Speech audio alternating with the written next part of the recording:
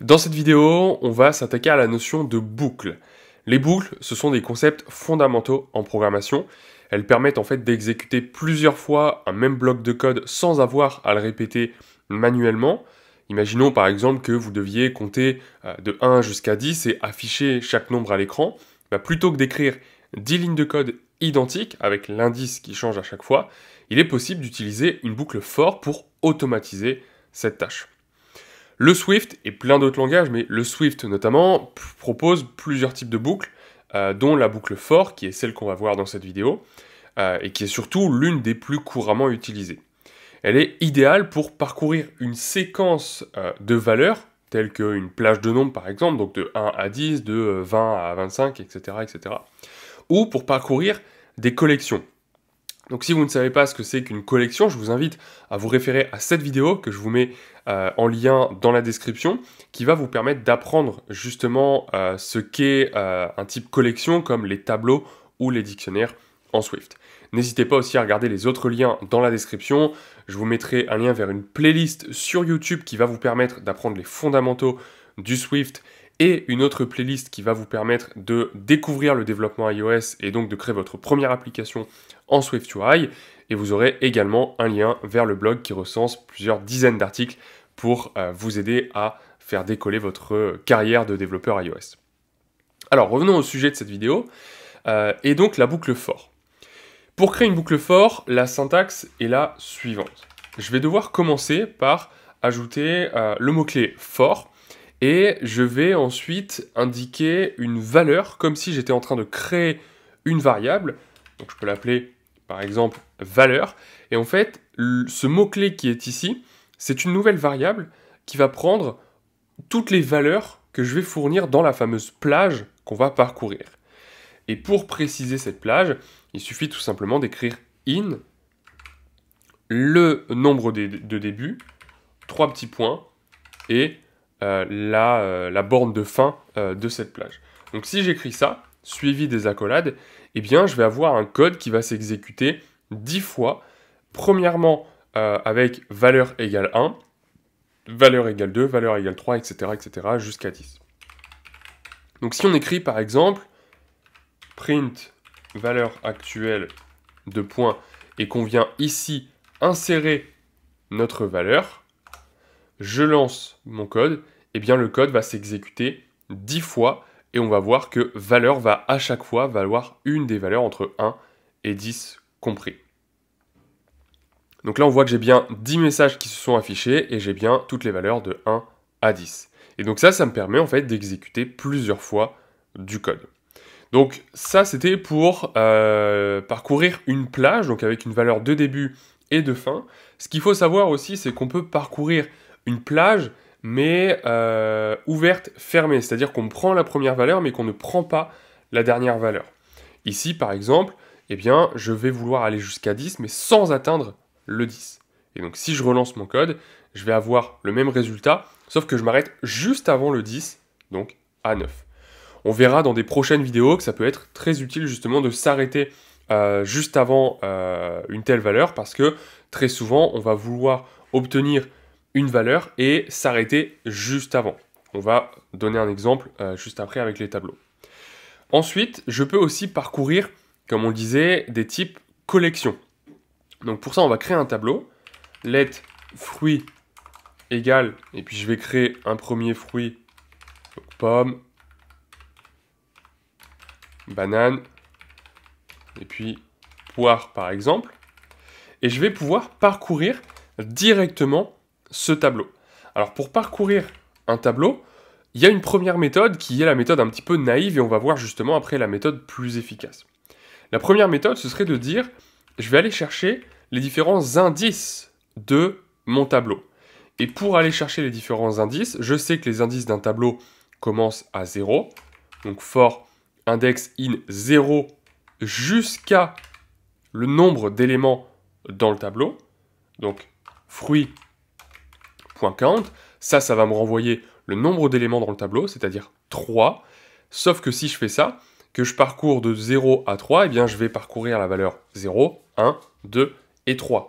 Et donc j'ai 4 éléments dans mon tableau.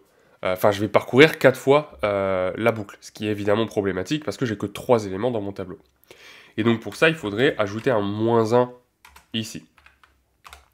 Et ensuite, on peut tout simplement faire un print de fruit, crochet, index. Parce que index va valoir 0, donc fruit, crochet 0 va me renvoyer pomme, fruit, crochet 1 va me renvoyer banane, et fruit, crochet 2 va me renvoyer poire.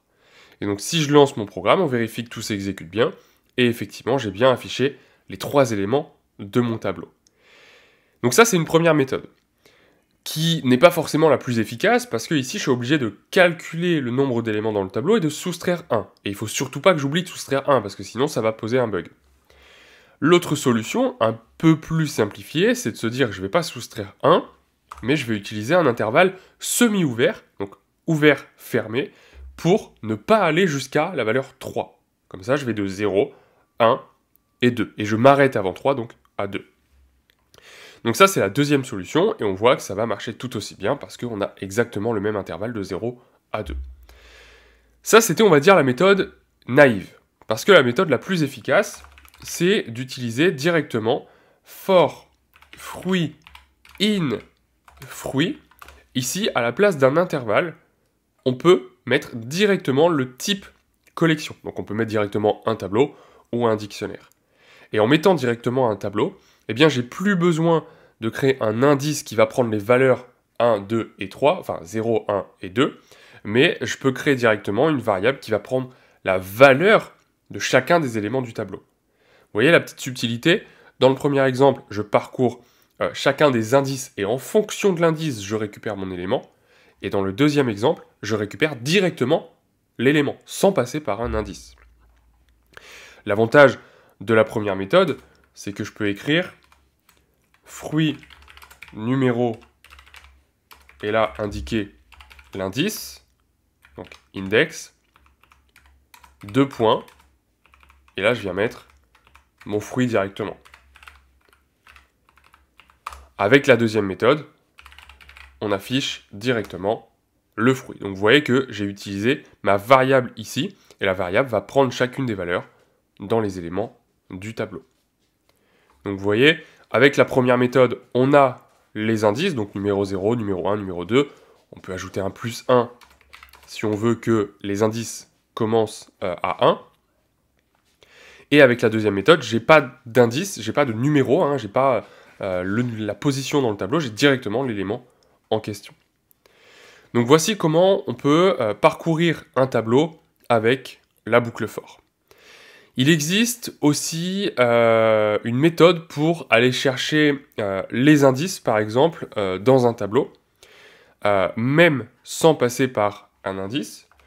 Si j'écris par exemple, alors on va prendre un autre exemple, on va créer un autre tableau, animaux, égale, et puis on va créer, voilà, un tableau de 3 animaux. Hop. Donc voilà, chien, chat, lapin.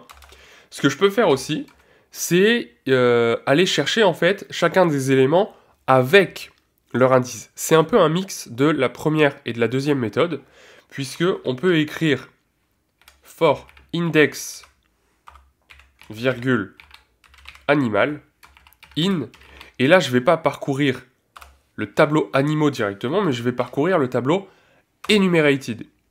Et en fait, le tableau .enumerated va me renvoyer un ensemble de couples avec l'indice et l'élément. Et donc ce couple-là, indice-élément, donc indice-animal, va être stocké dans ces deux variables-là. Et là, maintenant, je peux me retrouver à écrire indice, enfin index, 2 points, animal, et ça aura exactement le même effet que la première méthode avec l'indice, mais cette fois-ci, il fallait parcourir de 0 jusqu'à compter l'élément, etc., etc.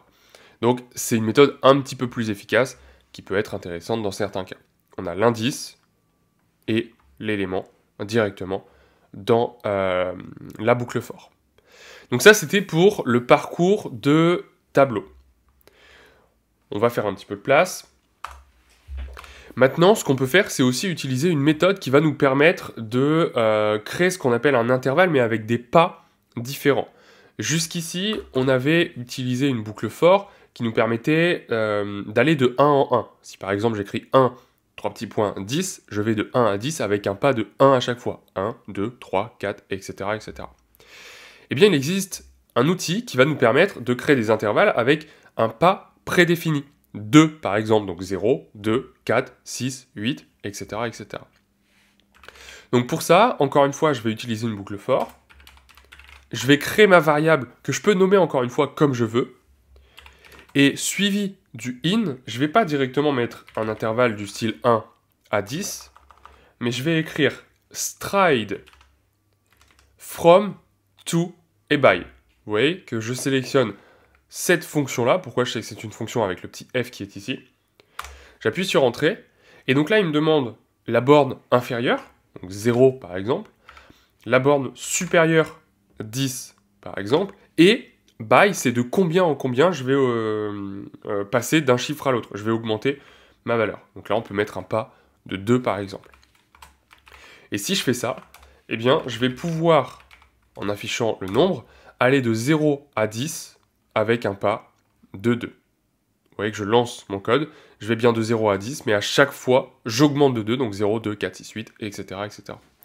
A noter bien sûr que avec le stride, la borne ici est non stricte, elle n'est pas comptée, donc on va jusqu'à 10 non compris. Ok. Donc voilà, pour conclure sur cette vidéo sur les boucles for, les boucles for permettent d'écrire du code beaucoup plus concis et plus lisible en automatisant l'exécution répétée des instructions. Elles sont surtout utiles pour parcourir des séquences de valeurs ou manipuler des collections, comme des tableaux par exemple. Et donc le Swift offre également des fonctionnalités relativement avancées comme la fonction stride ou la méthode enumerated qui permet de rendre les boucles un peu plus flexibles. Donc stride pour choisir le pas qu'on veut utiliser et la méthode enumerated pour aller chercher les éléments du tableau mais aussi les indices de ces éléments dans le tableau.